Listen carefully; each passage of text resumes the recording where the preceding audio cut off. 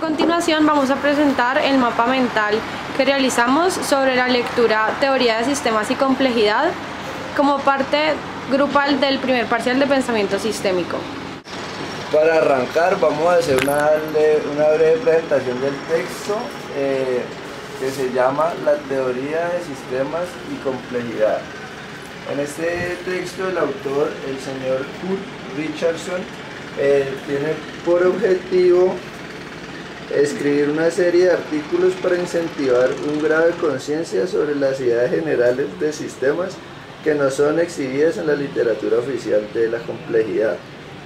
Su motivación para hacerlo radica en el hecho de haber observado que la gran mayoría de lo que se ha escrito sobre la teoría de la complejidad parece que hubiera ignorado por completo la teoría existente sobre teoría de sistemas. En cuanto a las ideas centrales, tenemos primero la que está relacionada con la omisión. Como mencionamos anteriormente, la motivación para escribir este texto radicaba en el haber observado que la gran mayoría de lo que se había escrito sobre la teoría de la complejidad estaba descartando, obviando, pues no teniendo en cuenta la teoría de sistemas. Entonces el autor plantea la pregunta si esta omisión ha sido deliberada o por ignorancia. Deliberada por el hecho de que hayan algunas políticas detrás de esto y se haya decidido favorecer ciertos temas en lugar de otro, algo meramente estratégico. Y por ignorancia, simplemente por no haber querido indagar más a fondo sobre la relación de la teoría de los sistemas con la teoría de la complejidad. Por otro lado, el autor plantea que existen sin duda muchas diferencias entre la teoría de sistemas y la teoría de complejidad. Sin embargo, estas diferencias parecen haberse disuelto al día de hoy. Él plantea que antes se había propuesto que la teoría de sistemas tenía una inclinación hacia la solución de problemas y el análisis confirmatorio, mientras que la teoría de complejidad tenía una inclinación exploratorio y de carácter positivista. Sin embargo, el autor plantea diferentes argumentos que nos llevan a creer que hoy en día la teoría de la complejidad ha adoptado un enfoque que favorece mucho más el análisis confirmatorio. Por el otro lado, tenemos las similitudes. A pesar de que no se puede negar que aún queden algunas diferencias, también se deben considerar las muchas similitudes que hay. Y en este caso, el autor expone que se presenta el claro caso de las leyes y principios de la teoría de sistemas que en muchas ocasiones pueden aparecer también en la teoría de la complejidad y explicar a esta misma. Entonces, aquí en esta parte el autor decide plantear 5 principios que se presentan en un terreno común de las dos teorías y son transversales a las dos. Veamos cuáles son. En cuanto a las ideas centrales correspondientes a los 5 principios, empezamos por la segunda ley de la termodinámica. Esta dice que en cualquier sistema cerrado la cantidad de orden nunca puede incrementar, solo decrementar con el tiempo. Otra forma de decirlo es que la entropía siempre incrementa. La razón por la cual esta ley es importante para ser discutida en términos de la teoría de complejidad es que sugiere que la vida misma contradice esta ley. O en términos familiares, para los complexologistas por lo menos, este fenómeno de la autoorganización en la cual el orden supuestamente aparece el desorden, contradice la segunda ley completamente. Por lo tanto, resulta controversial con esta teoría. Hay varias razones por las cuales el autor afirma que este aparente carácter controversial es incorrecto. Primero, porque la segunda ley se aplica en sistemas cerrados y los sistemas de interés de la teoría de complejidad son abiertos. De ahí desarrolla una serie de argumentos para concluir que, a pesar de las deficiencias de aplicar la segunda ley a sistemas complejos, hay situaciones en las cuales sigue siendo perfectamente válido. Estos serían en subdominios o subsistemas que puedan surgir localmente dentro de sistemas complejos que pueden llegar a ser tan estables por un periodo que se comportan como si estuvieran cerrados. Estos dominios están críticamente organizados y como tal podrían evolucionar con bastante rapidez. Sin embargo, durante los periodos estables en los cuales aparentan ser sistemas cerrados, es posible que la segunda ley sea válida, inclusive si se trata de algo temporal y local. En segunda instancia tenemos la ley complementaria. Este principio, esta ley nos va a decir que para un sistema complejo pueden existir infinidad de descripciones para explicar la misma cosa, que pueden ser válidas, que no se solapen y sean potencialmente contradictorias, pero ninguna va a estar necesariamente errada. Lo que les interesa y pues lo que resulta interesante para los complexologistas es el carácter de equifinalidad de esta ley complementaria, que es la posibilidad de llegar a la misma explicación tomando diferentes rutas. En tercera instancia tenemos el principio del sistema holístico. Para este se nos plantea que hay una versión simplista que dice que el todo es la suma de las partes, mientras que hay otra descripción, pues hay otra conclusión más formal que nos dice que un sistema tiene propiedades holísticas no manifestadas por ninguna de sus partes y sus interacciones, y estas partes tienen propiedades no manifestadas por el sistema como un todo. Si nos detenemos a analizar la versión simplista de el todo supera la suma de sus partes, resulta problemática, pues trae consigo el problema de la conmensurabilidad.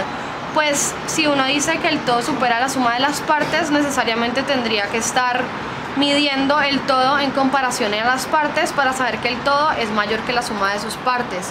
Pero esto no podría ser cierto, porque las características intrínsecas del todo son distintas a las de las partes y por lo tanto no pueden ser medidas ni comparadas. Sin embargo, la descripción más formal sobre la ley, que nos habla de las propiedades holísticas no manifestadas por ninguna de las partes y las interacciones, y que las partes no tienen propiedades no manifestadas por el sistema como un todo, sería más adecuada en los sistemas complejos. Pues esta problemática de la conmensurabilidad nos llevaría a decir que el todo es diferente de la suma de sus partes y de sus interacciones, que es equivalente a la descripción formal. Bueno, ya. Continuando, tenemos el principio de la oscuridad, que va a ser explicado por el principio de la incomprensibilidad, que nos dice que ningún sistema puede ser conocido por completo. Esto va acorde con la teoría de la complejidad, que dice que cada elemento en un sistema ignora el comportamiento del sistema como un todo. Este solo responde a la información que está disponible localmente. Este punto es vitalmente importante, pues si cada uno de los elementos supiera lo que está pasando en el sistema como un todo, la complejidad puede ser presentada por ese elemento. Y esto no sucede.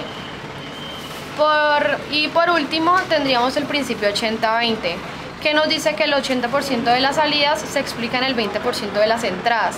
Y por este principio, muchas de las organizaciones se han basado para recortar sus activos, recortar su fuerza laboral, creyendo que muchos de los trabajadores no aportan realmente al 80% de los ingresos, sin tener en cuenta las posibles implicaciones que pueda tener este despido.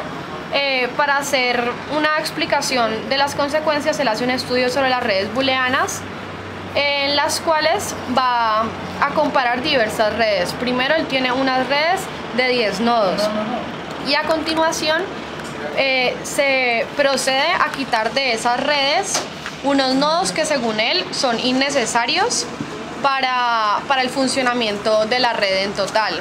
Entonces a él le van a quedar unas redes que tienen los nodos completos y otras redes que van a tener solamente 2 nodos, y ambos van a ser equivalentes funcionalmente.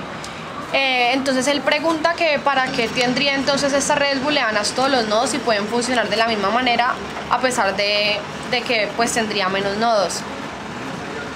Él dice que esto podría ser funcionalmente equivalente, pero a la larga habría un problema.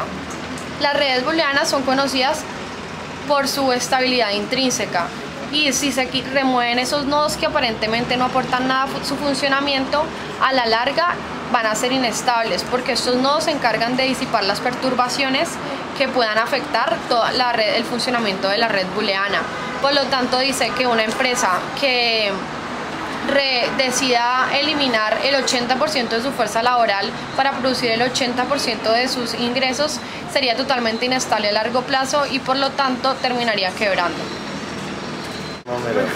Finalmente, en cuanto a las conclusiones, tenemos que, dada toda la cantidad de información que se presenta en solamente este número de la serie, ahí pues existe demasiada información como para que esta omisión de ella en la teoría de la complejidad haya sido ocasionada por una razón deliberada, sino por pura ignorancia.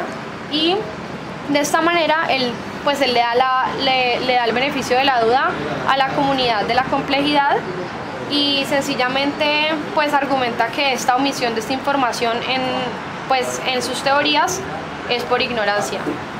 Luego que existen muy pocas diferencias entre ambas teorías, quizás hace unos años eran mucho más, pero con el pasar de los años han sido disueltas y el autor lo prueba con distintos argumentos en el texto, y que a pesar de que aún quedan algunas diferencias, hay muchas similitudes que se evidencian en el terreno común de ambas teorías, como lo son los 5 principios de la teoría de sistemas, que también aplica en el caso de la teoría de complejidad. Estas tres conclusiones apuntan a la posibilidad de forjar una relación más abierta y colaborativa entre ambas comunidades, cosa que va a ser uno de los puntos fuertes que el autor desea plantear y con lo que desea contribuir en esta comunidad. Bueno, esta fue la explicación del mapa mental sobre la lectura, teoría de sistemas y complejidad. Muchas gracias.